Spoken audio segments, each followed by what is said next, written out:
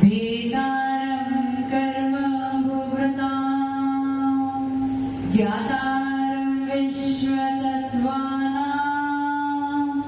वन्दे तद्गुणे लब्धे वन्दे तद्गुणे लब्धे वन्दे तद्गुणे लब्धे।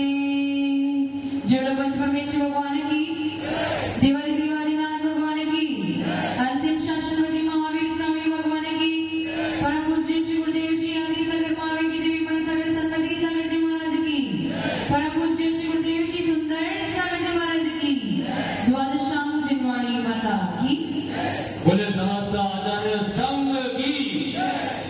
10 लक्षण पर्व का चतुर्थ दिवस। क्रोध को हटाया, मान को हटाया, माया को हटाया और अब लोगों की बारी। उत्तम शौच धर्म। जीव के धर्मों के बारे में जब चर्चा करते हैं तो जीव का धर्म केवल जानना और देखना ही नहीं है, परंतु ये 10 धर्म आए कहां से? उस स्वभाव तक पहुंचने के लिए जो नाव के समान काम करेंगे, ये है वो 10 धर्म। धर्म तो शौच ही है। लोभ को दूर करना अर्थात शौच धर्म का पालन करना। तो ये उत्तम विशेषण कहां से है? ये उत्तम विशेषण इसीलिए दिया गया है कि शौच धर्म का पालन तो श्रावक कर सकता है, लेकिन उत्तम शौच का पालन तो केवल निगृंत साधु ही कर सकते हैं। कि उत्तम विशेषण का अर्थ क्या है? उत्तम विशेषण का अर्थ है कि किसी भी प्रकार के सांसारिक भोग उपभोग, संसार के विषय कषायों की आकांक्षा रहित होकर शौच धर्म का पालन करना, उसी को उत्तम शौच कहते हैं। और ये आप नहीं कर सकते, ये केवल निर्वृत साधु ही कर सकते हैं। जो चाहा वो मिल जाना उसे सफलता कहते हैं, और जो हमारे पास है उसमें संतुष्ट हो जाना उसे प्रसन्नता कहते हैं। और ये प्रसन्नता ही शौच धर्म है। ये शौच, ये प्रसन्नता आपके पास हो सकती है, क्योंकि आपके पास जो है उसमें आप संतुष्ट हो जाओ तो आप प्रसन्न हो, आप शौच धर्म का पालन कर सकते हो। लेकिन जो हमारे पास है उसका भी त्याग कर देना, उसी को उत्तम शौच कहते हैं। इस मंच पे जितने भी लोग बैठे हैं, सबके पास प्रसन्नता थी, सबके पास सारी सामग्री थी और उसमें वो संतुष्ट थे, लेकिन फिर भी उन्होंने उन सामग्री को व्यर्थ समझ के सबका सब त्याग कर दिया। इसीलिए वो उत्तम शौच धर्म का पालन कर रहे हैं। अब लोभ प्रारंभ कहां से होता है? आप सबके जीवन में लोभ है, और ये बात बिल्कुल सही है कि लोभ पाप का बाप बखाना, क्योंकि सारे पाप को जन्म देना वाला यदि कोई है तो वो है लोभ कषाय। अब लोभ का जन्म कहां से हुआ? एक नगर का सेठ, अच्छे खूब सारे पैसे थे उसके पास, पैसों की कमी नहीं थी, लेकिन एक दिन उसकी स्त्री ने उससे प्रश्न पूछ लिया कि आप मुझे बताओ कि पाप का बाप कौन है? वो सेठ विचार में पड़ गया। विचार करते करते निकल पड़ा बनारस जाने के लिए। सोचा विद्वान से जाके पूछ के आऊंगा कि पाप का बाप कौन है। थक के एक चबूतरे पे बैठ गया। चबूतरे में बैठे बैठे आराम कर रहा था कि उस घर वाली स्त्री बाहर आके देखने लगी कि ये पराया मर्द कौन मेरे चबूतरे पे सो रहा है। वो बाहर आई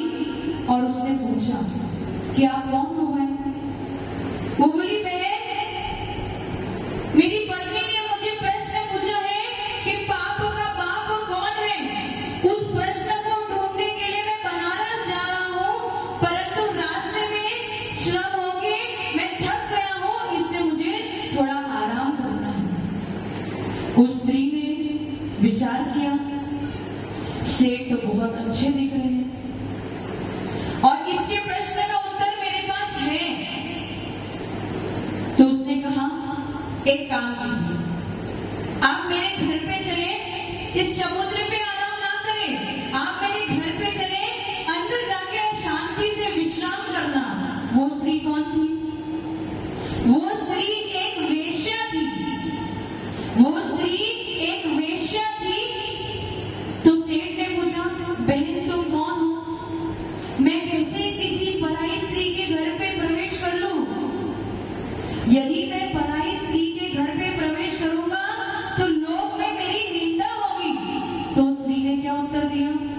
भाई, मैं एक वेश्या हूं, मैं एक वेश्या हूं, मेरा घर अपवित्र है, मैं भी अपवित्र हूं, परंतु यदि कोई जैन सेठ मेरे घर में प्रवेश करेगा तो मेरा घर पवित्र हो जाएगा, मैं भी पवित्र हो जाऊंगी। तो सेठ ने क्या विचार किया? यदि मैंने इस वेश्या के घर पे प्रवेश किया, यदि मैंने दुराचारी नहीं भी की तो भी मेरे पे लांछन तो। तब तक वो सेठ बिल्कुल सही चल रहा, उसकी स्थिति बिल्कुल सही थी, उसका सोच, उसकी विचार बिल्कुल सही थी। क्या सोच रहा था वो? कि यदि मैंने इस वेश्या के घर पे प्रवेश किया, पराई स्त्री के घर पे प्रवेश किया तो लोग में मेरी निंदा होगी, मेरे पे लांछन लगेगा, मेरे चारित्र पे दाग लग जाएगा, इसलिए इसके घर पे प्रवेश करना उचित। तो तब तक गाड़ी बिल्कुल पटरी पर चल रही, परंतु उस वेश्या ने माया का ऐसा जाल फैलाया, उसने ऐसी मायाचारी करी कि उसने क्या बोला सेठ से? देख सेठ, मैं तुझे 100 रुपए देती हूँ। कितने? 100 रुपए देती हूँ। 100 रुपए देकर यदि तू मेरे घर पे प्रवेश कर लेगा तो समझ लेना ये 100 रुपए में ही तेरा पश्चाताप हो जाएगा। कोई बात नहीं, तुझे पाप नहीं लगेगा, लेकिन यदि तू एक बार मेरे घर पे प्रवेश कर लेगा तो मेरा जीवन धन्य हो जाएगा। सेठ को उसकी बातों पे राग नहीं आया था। सेठ का लोग कहाँ जाना था? केवल वो 100 रुपए की पत्ते पे जा रहा था, पत्ते पे जा रहा था। किस पे? 100 रुपए के पत्ते पे जा रहा था। सेठ के पास पैसों की कमी, सेठ के पास पैसों की कमी नहीं थी, परंतु उस नगर वधू ने जो उसे लोभ दिया तो वो 100 रुपए भी उसे कितने लगे? रत्नों की राशि दिखाई दी, और 100 रुपए के लोभ में उसने घर में प्रवेश भूल गया कि लोग में निंदा। तो नगर वधू के घर पे जा रहा हूं, भले कुछ ना करूं, लेकिन सामने वाले देखने वाले तो यही कहेंगे कि वो नगर वधू के पास गया था, यही कहेंगे। लोग प्रारंभ हो गया, गाड़ी पटरी से नीचे उतर गई। ऐसा ही होता है जब तक जीव व्रत संयम नियम का पालन करता रहता है, तब तक उसकी गाड़ी बिल्कुल सही पटरी पे चलती रहती है। लेकिन जैसे ही थोड़ा किसी ने लोभ दिया कि गाड़ी पटरी से हट गई। भद्रबाहु स्वामी के जो 12,000 साधु थे, जिनके स्वामी स्थूलाचार्य थे, अच्छे से व्रत संयम नियम का पालन कर रहे थे, विकृत वेश को धारण करके बैठे थे, लेकिन जैसे ही कुछ रावक ने कुछ लोभ दिया, उन्होंने उस लोभ के वशीभूत होके अपने निवृत्त वेश को छोड़ दिया, अपने मुनिचर्या को छोड़ दिया और अपने संयम में शिथिल हो गए। वो मारीची जो महावीर स्वामी भगवान का जीव था, वो मारीची भी निवृत्त वेश को धारण करके मुनि राज बन के अपनी चर्या का पालन कर रहा था। और जैसे ही किसी ने आके थोड़ा सा बोल दिया, चलो एक काम करते हैं,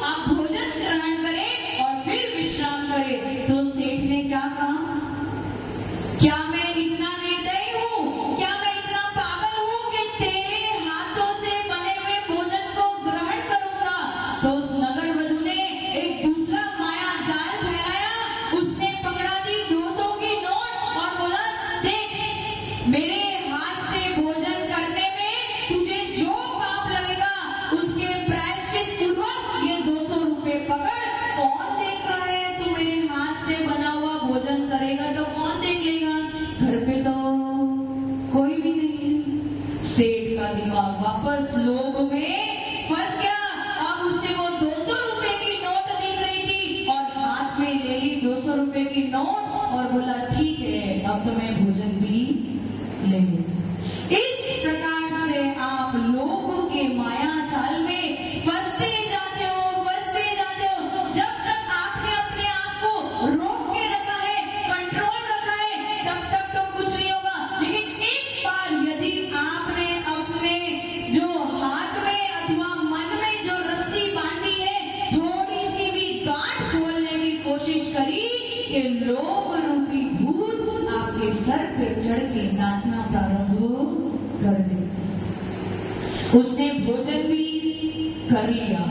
नगर वधु ने तीसरी बात ये बोल दी, एक काम करो मैं आपको अपने हाथ से ही भोजन करा देती हूँ, आपको बहुत अच्छा स्वाद आएगा। तो उस सेठ ने बोला अरे तू पागल हो गई है, तू अपवित्र है, तेरे हाथ से मैं कैसे भोजन ग्रहण कर लूं। उस नगर वधु ने तीसरी बार माया जाल फैलाया और उसने पकड़ा दी 500 की नोट। ये ले 500 की नोट, तुझे जो पाप लगेगा मेरे हाथ से भोजन करने में, उसके प्रायश्चित स्वरूप ये 500 की नोट। वापस वो जाल में फंस गया। अब उसे 500 की नोट दिखना प्रारंभ हो गई। भूल गया कि वो नगर वधु अपवित्र है, उसके हाथ से यदि मैं भोजन ग्रहण करूंगा तो मैं भी अपवित्र हो जाऊंगा। लेनी 500 और उसने मान लिया ठीक है तू मुझे भोजन करा दे। और जैसे ही नगर वधु ने एक रोटी का टुकड़ा उठाया, बस उसके मुंह में डालने ही वाली थी कि एक जोर से थप्पड़ लगाया और बताया देख तेरे प्रश्न का उत्तर यही है कि लोभ ही पाप का बाप बखाना। लोभ के वशीभूत तू भूल गया कि मैं नगर वधु हूँ। ये घर एक नगर वधु का है और नगर वधु के घर पे प्रवेश करना यानी चारित्र पे लांछन। मैं अपवित्र हूँ, उसके बाद भी तूने मेरे घर पे बने हुए भोजन को ग्रहण किया, तूने मेरे हाथ से भोजन को ग्रहण करने के लिए तैयार हो गया। इसी प्रकार से आपकी भी लोगों की कहानी प्रारंभ होती है। ईंधन यानी अग्नि जब जलती है ना, क्या मांगती है? ईंधन मांगती। ईंधन डालते रहो अग्नि जलती रहेगी, ईंधन डालते रहो अग्नि प्रज्वलित होती रहेगी। जैसे ही आपने ईंधन बंद किया अग्नि बुझ। ये ईंधन जो है वो भोग और उपभोग की सामग्री है और वो जो अग्नि है वो तृष्णा है। मेरी बात मानना, जब आपकी इच्छा बढ़ती है तो आप अपना सारा पुण्य उस इच्छा को पूर्ण करने में लगा देते। लगाते हो कि नहीं लगाते हो? पुण्य आपके पास भी और पुण्य हमारे पास नहीं है। पुण्य आपके पास तो है, पुण्य हमारे पास नहीं है ना। हमारे पास कहाँ सामग्री है? कुछ है? ये एक सफेद साड़ी, ये एक नोटबुक, पेन, पेंसिल, बस इसके अलावा कुछ नहीं है। पुण्य आपके पास ज्यादा है, लेकिन ये गलती है। पुण्य आपके पास भी है, पुण्य हमारे पास भी है। फर्क इतना है कि आप अपना पुण्य उन इच्छाओं को पूर्ण करने में लगा रहे हो और हम अपना पुण्य अपनी साधना, अपनी तपस्या, अपनी चर्या में लगा रहे हैं। आप अपनी इच्छा की पूर्ति हेतु अपना सारा पुण्य दांव पे लगा देते हो। और ऐसे साधु भी हुए हैं जिन्होंने अपने जीवन भर की तपस्या से जो पुण्य कमाया है उसको भी दांव पे लगा दिया। इसके लिए केवल एक नारायण पद की प्राप्ति के लिए अर्धचक्री बनने की इच्छा उत्पन्न हो गई तो मन में ये भावना वाली कि पूरे जीवन में मैंने जो तपस्या की है यदि उसका फल मुझे मिले तो वो अर्धचक्री का पद मुझे मिले। अर्धचक्री बने तो सही, लेकिन पीछे उनके लिए नरक गति का द्वार भी खुल गया। जब साधु अपनी तपस्या को दांव पे लगा देते हैं तो श्रावक तो अपने पुण्य पे तो दांव को लगाएंगे ही।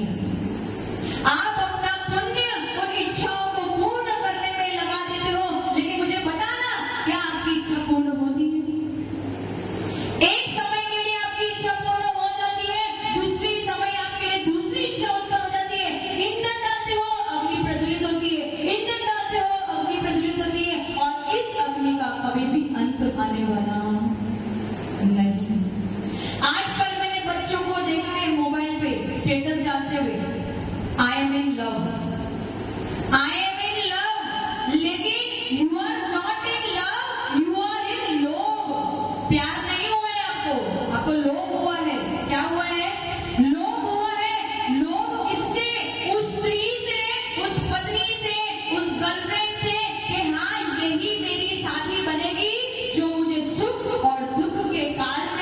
मेरा साथ देगी।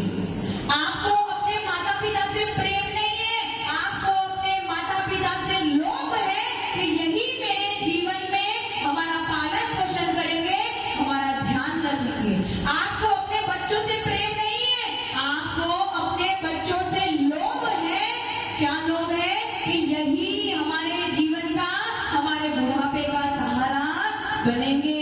और ये तो छोड़ो, आपको अपने गुरुदेव से भी प्रेम नहीं है, आपको अपने गुरुदेव से लोभ है कि इनके मंच पे आएंगे तो पूजा ख्याति नाम लाभ की प्राप्ति होगी, माला पहनाए जाएंगे, मंच मिलेगा, माइक मिलेगा, मेरा नाम होगा, सब कहेंगे हाँ यही गुरुदेव सुंदर सागर महाराज का प्रथम भक्त है और बड़ा भक्त है।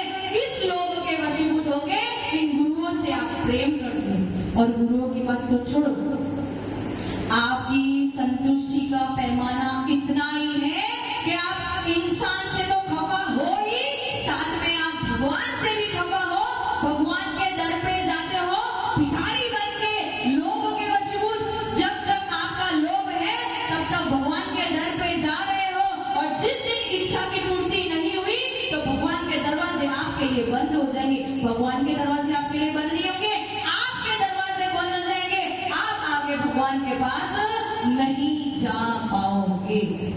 समझ में आ रहा है मैं क्या कहूं? सही है ना? कुछ गलत तो नहीं कर रही हूं? आपकी ही कहानी आपको सुना रही हूं जो रोज आप कर रहे हो। आज यदि यहाँ पे पूजा भी कर रहे हो तो कोई ना कोई लोभ बैठा है आपके मन में कि हाँ 10 लक्षण में 10 दिन उपवास करेंगे, पूजा करेंगे, एकादश करेंगे तो उसे खूब पुण्य का अर्चन होगा और वही पुण्य मुझे धन संपत्ति देगा।